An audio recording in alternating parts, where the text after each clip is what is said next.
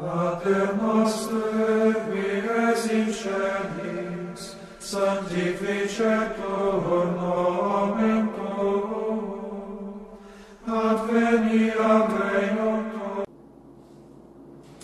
Olá, caríssimos irmãos que nos acompanham nas redes sociais e no canal do YouTube da Paróquia Nossa Senhora das Graças, sejam muito bem-vindos.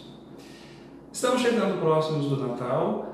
Na última semana nós vimos o vídeo a respeito da Imaculada Conceição da Virgem Maria e chegando próximo desse tempo do Natal, estas revistas pseudocientíficas que circulam pelo país, pelo Brasil, eles gostam de abordar temas a respeito da existência de Nosso Senhor Jesus Cristo. Alguns inclusive levantam questões a respeito da existência de Jesus, dizendo ou afirmando ou alegando ou supostamente inferindo que Jesus não tenha existido.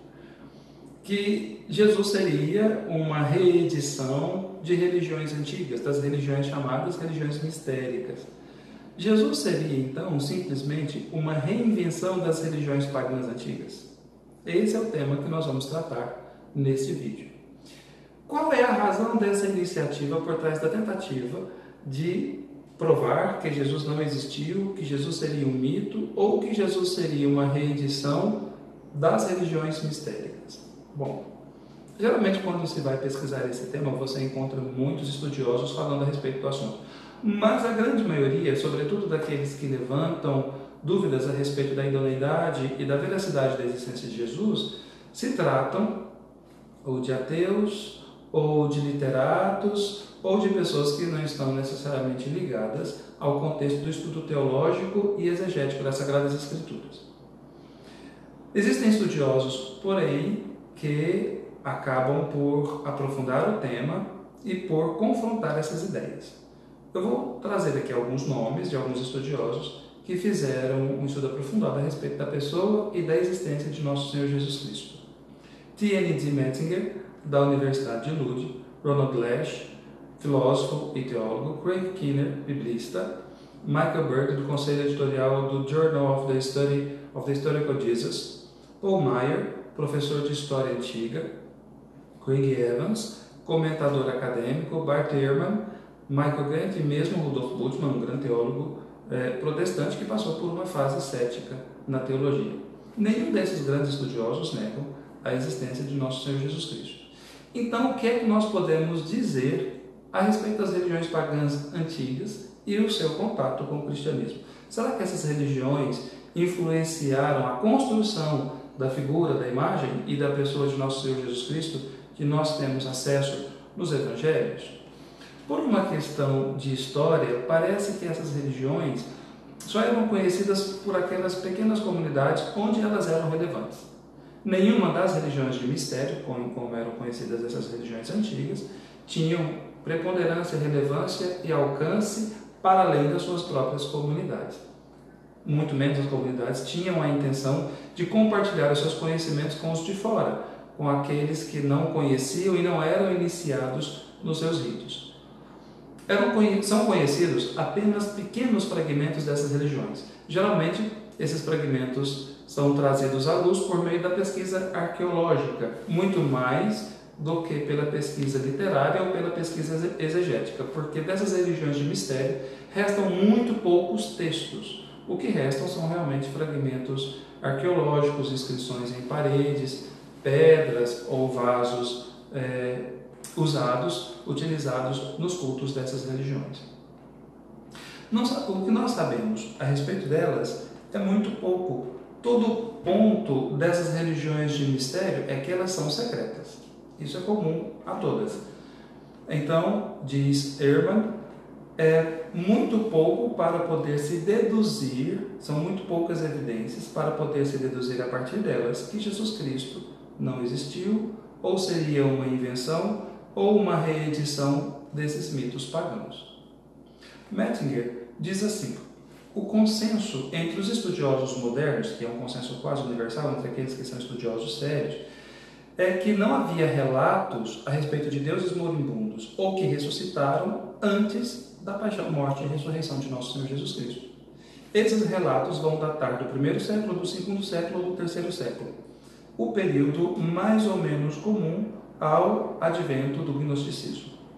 A grande maioria dessas religiões são gnósticas. Vou explicar brevemente o que é o gnosticismo. O gnosticismo é uma corrente filosófico-religiosa que mescla tanto pensamento filosófico ou pseudo-filosófico com as religiões chamadas de mistério. As religiões de mistério eram aquelas religiões que tinham ritos de iniciação para os seus membros. Então, os membros só podiam entrar nessas religiões passando por esses ritos de iniciação. Mesclando essas religiões com esse pensamento filosófico ou pseudo-filosófico, tem-se o gnosticismo. Geralmente, o líder dessa religião, ele era dotado da iluminação, do grego gnosis, conhecimento, por isso gnosticismo. O líder era um iluminado que passava o conhecimento para os seus discípulos. Então, o gnosticismo, muito fortemente arraigado a partir do século II, já tinha raízes também no primeiro século. O que significa que essas religiões de mistério também poderiam ter sido influenciadas por esse pensamento filosófico-religioso, por esse pensamento filosófico-sincrético. O mitraísmo, a religião de Ates, de Adonis e outras religiões mistéricas pagãs antigas podem ter tido contato com o gnosticismo. A religião de Mitra, por exemplo, ela data do fim do primeiro século para o segundo século. Não seria, portanto, compatível que o seu conteúdo tivesse servido como base para a reedição daquilo que se dizia a respeito do Deus Mitra na pessoa de nosso Senhor Jesus Cristo. Um outro dado relevante é que os judeus eram conhecidos por impedir que os cultos pagãos invadissem e tomassem sua cultura. Vamos tomar aqui como exemplo a revolta dos Macabeus, que está relatada no primeiro e segundo livro dos Macabeus. No ano 333 a.C., ocorrerá a invasão grega de Judá, do reino de Judá, a invasão de Jerusalém. Os gregos, chegando a Jerusalém, querem trazer para Jerusalém as religiões gregas, os costumes gregos, as tradições gregas. O modo como praticar o esporte com o ginásio, se construiu um ginásio de esportes gregos em Jerusalém. Foi colocado em cima do altar do Templo de Jerusalém a estátua de Zeus Olímpico e ali foram feitos sacrifícios a Zeus Olímpico em 167 a.C., no ano 167 a.C. Quando isso acontece, o sacerdote do templo, Matatias, insurge-se contra o invasor grego e seu filho, Judas Macabeu, levará adiante a revolta iniciada por seu pai, guerreará contra os gregos, expulsará os gregos de Jerusalém e de Judá, restaurar-se-á o templo, o altar dos sacrifícios, o altar antigo que fora profanado com a imagem de Zeus será quebrado, jogado fora, será construído um novo altar e se procederá à dedicação de um novo altar para os sacrifícios. Isso no ano 164, no mês de dezembro do ano de 164. Então, 164 anos antes de nosso Senhor Jesus Cristo nascer, antes da encarnação do Verbo, acontece uma grande guerra dos judeus contra o invasor grego que queria trazer para dentro do povo judeu os costumes pagãos, a cultura pagã, a religião pagã e os sacrifícios pagãos. Esse dado histórico e cultural da mentalidade do povo judeu nos leva a acreditar que seria, não impossível, mas bastante inverossímil, que religiões pagãs, religiões de mistério, ou tivessem entrado no ambiente judeu, ou tivessem feito uma mescla com o ambiente judeu, ou que os judeu-cristãos tivessem pegado elementos dessas religiões para construir, entre aspas, a imagem, a figura e a pessoa de nosso Senhor Jesus Cristo. Depois também vale lembrar que a invasão romana, que acontece durante o período da vida de nosso Senhor Jesus Cristo, quando lemos os Evangelhos, vemos inúmeras referências à presença dos romanos em Jerusalém, na Terra Santa, na Palestina toda. A invasão romana, ela se dá por meio do governo e do exército.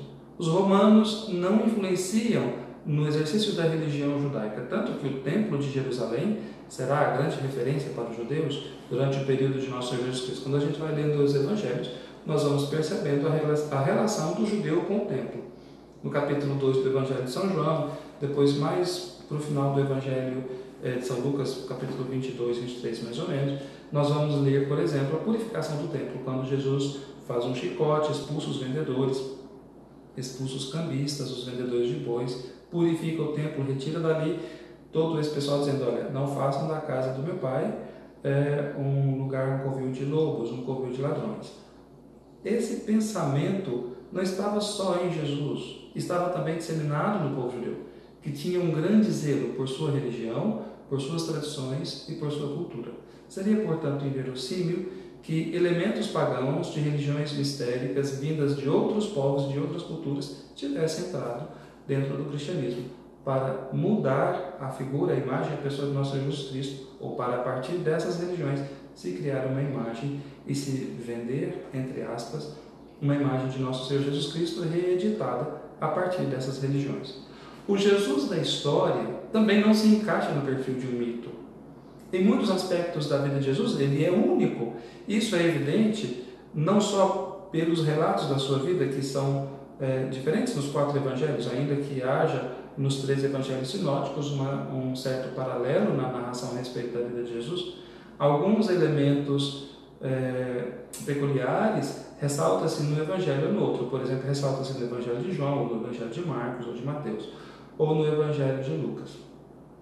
Multidões seguiam Jesus. Muitos o seguiam, mesmo que isso os levasse à morte. Por exemplo, o primeiro mártir cristão, que é relatado no livro dos Atos dos Apóstolos, Estevão, morre bendizendo o nome de Jesus, louvando e glorificando a Deus.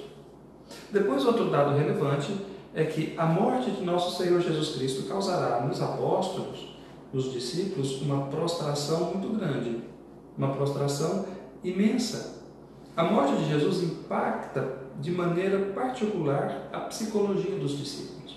Se sua pessoa não fosse verídica, se sua morte não fosse verdadeira e também sua ressurreição, como se explicaria, por exemplo, que na tarde daquele primeiro dia, como se relata no Evangelho de João, os discípulos estando dentro de casa, com as portas trancadas por causa do medo que eles sentiam da perseguição dos judeus que haviam acabado de matar Jesus na cruz, como se explica que esses homens saíssem porta fora, anunciando o Evangelho, anunciando que Jesus ressuscitou, como Pedro nos é relatado nos primeiros capítulos do livro dos Atos dos Apóstolos, onde na sua primeira pregação converteram-se cerca de 5.000 pessoas, sem contar os homens, as mulheres e as crianças, e depois, sem contar as mulheres e as crianças, e depois os demais relatos dos milagres realizados pelos apóstolos, pelo próprio apóstolo Pedro, pelo apóstolo Paulo, após a sua conversão, os inúmeros mártires dos primeiros séculos que deram a vida por nosso Senhor Jesus Cristo. Isso não se solidifica e não se explica se a figura de nosso Senhor Jesus Cristo fosse um mito, uma invenção ou uma reedição de relatos de deuses antigos, de religiões pagãs ou de religiões de mistério. Caso a pessoa de nosso Senhor Jesus Cristo não fosse real, não fosse verdadeira, e sua existência não fosse verídica e não fosse comprovável, tudo aquilo que nós cremos seria uma grande mentira. Porém, Jesus de fato existiu, não só nos relatam os evangelhos, como outros escritos extra-evangélios, escritos inclusive judeus e escritos romanos, que vão datar do primeiro e do segundo século, e depois os escritos de Flávio Joséfo, no terceiro século. Espero que esse vídeo tenha te ajudado, tenha colaborado para você aprofundar o seu conhecimento a respeito da pessoa de nosso Senhor Jesus Cristo, sirva para dissipar da sua mente qualquer dúvida se Jesus existiu ou não. Se você gostou do nosso vídeo, curta o nosso vídeo, compartilhe com seus amigos, compartilhe nas suas redes sociais, curta as redes sociais da Paróquia Nossa Senhora das Graças, no Instagram, nos siga no Instagram, no Facebook.